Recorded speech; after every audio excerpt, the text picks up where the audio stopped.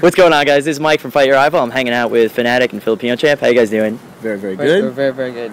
And so this is your guys' first time in New York? Yes. Yes, first time. How you enjoying it? It's pretty different, in a good way and in a bad way. I'm not used to the food is amazing. Maybe it's just different. We never tried it before, So there's a lot of different types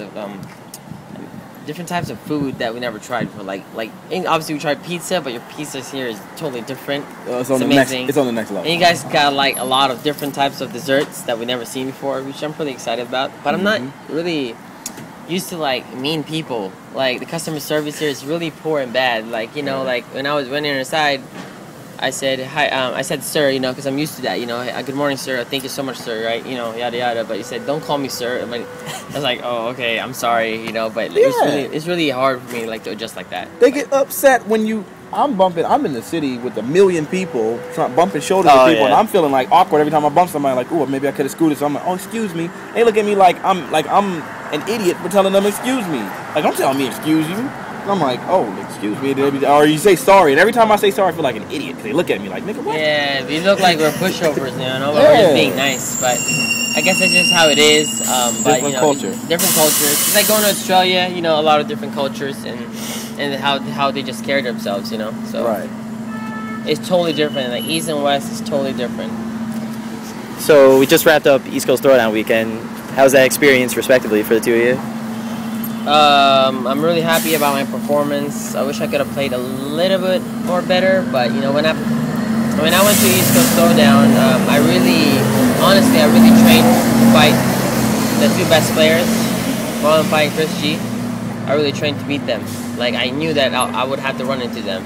I know for some reason they would put me in a bracket with Marlon Pai. For some reason they did before they did in top 16, which I was really prepared for that, one way or the other. So I was prepared, and I'm glad I came out on top.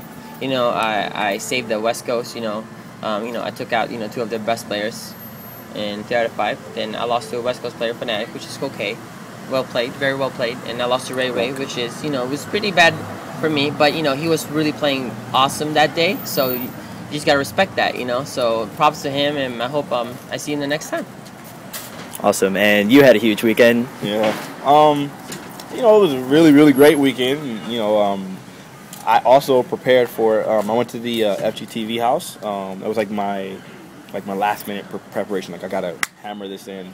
I feel like every time I go to FGTV house, it's a hyperbolic time chamber for me personally, because they got 80 different people there, all playing different teams and all playing them at a really competitive level.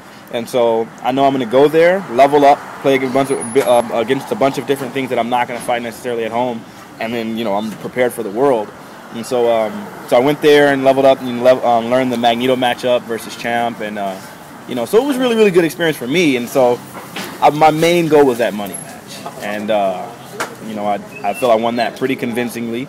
And that of course was my main focus. I don't really care about tournaments as much as I do money matches, and then here I find myself in top 8 and winners, and I'm like, it's just insane. I have a chance here, and then I don't want to say he threw it, but I feel like Champ just didn't play his game the way he normally does, because that nigga bodies me free. You know what I'm saying? I think I played my best of my capabilities at that time. There was no sandbagging involved. Not sandbagging. I feel like what happened to me was two combinations, two of the things. One is, after I played Marlon Pai, I capped out.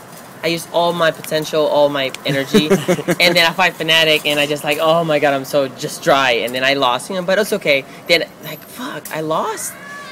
But it's okay. I'm gonna try to come back. It brought back the fire in me, so I had to fight Chris G, beat Chris G, and I got hyped again. Hell yeah, I didn't fight Ray Ray and I lost. I was like, oh my god. That's why I like to play top players in the end. So after I beat them, it's done. It's done with. Yeah. So I think I didn't train my stamina, my mental stamina as much. I have a very good strategy in my head every time I approach a game, but I should have trained my mental dexterity more. Playing different top players sets after sets, because what I did was, as I've noticed, I was only playing one top player like Fanatiq at that time for a whole set. After the set, then we take a break. You know what I'm saying? So then my brain starts refreshing again. But I didn't train for after just back him. to back marathon. I need to train that marathon. which he did. He got a chance to do that, and I didn't. So I feel like that's the thing that I lacked. So, but next time I'll try to come back better. But overall, I think my performance wasn't that bad because I had 3 of the hypest matches, like, you know, with Smooth Viper, Marlon Pie, and Chris G. I feel like, you know, I came on top in all 3 of them, and it was really fun for me. You know, it's something that I will take home and, you know, build like a bunch of strategies and confidence from, you know. Yeah, I mean, he took out Chris G. You know, and that's what the thing I always point out is the reason why one of the things I don't like about tournaments is that I don't really feel like it establishes dominance, just the results of a tournament. For example, I never played Chris G.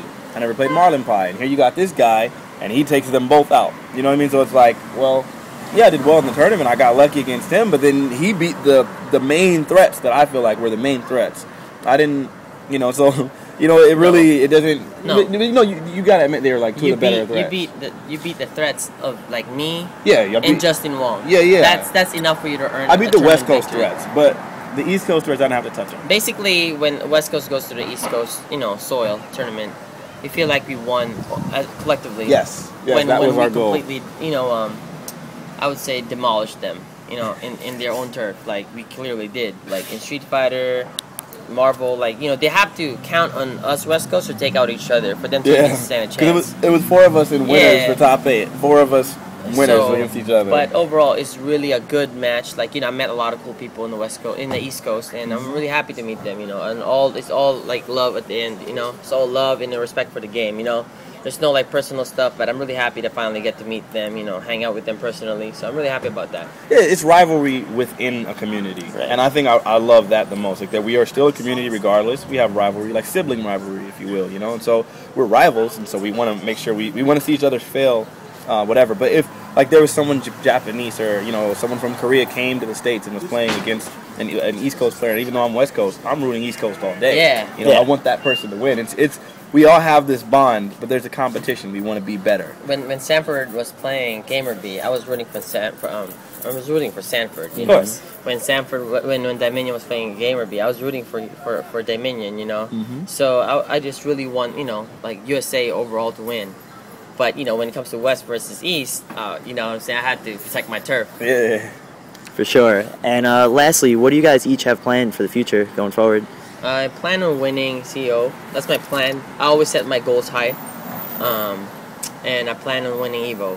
That's my plan. You know, I'm not sure if it's gonna happen, but that's my goal.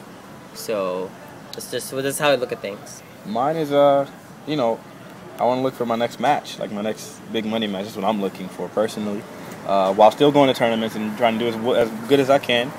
And you know, I think now is